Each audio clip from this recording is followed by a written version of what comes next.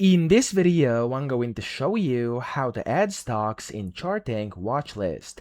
Now to do this, first you want to go to Dashboard up top, click on Watchlists or just hit Watchlists up here to actually find the watchlist where you want to add your stocks. You can go and create a new one or select the one that's already here. So I'm just going to go with this one, which is my tutorial watchlist, and I'm going to click on Add/View Stocks.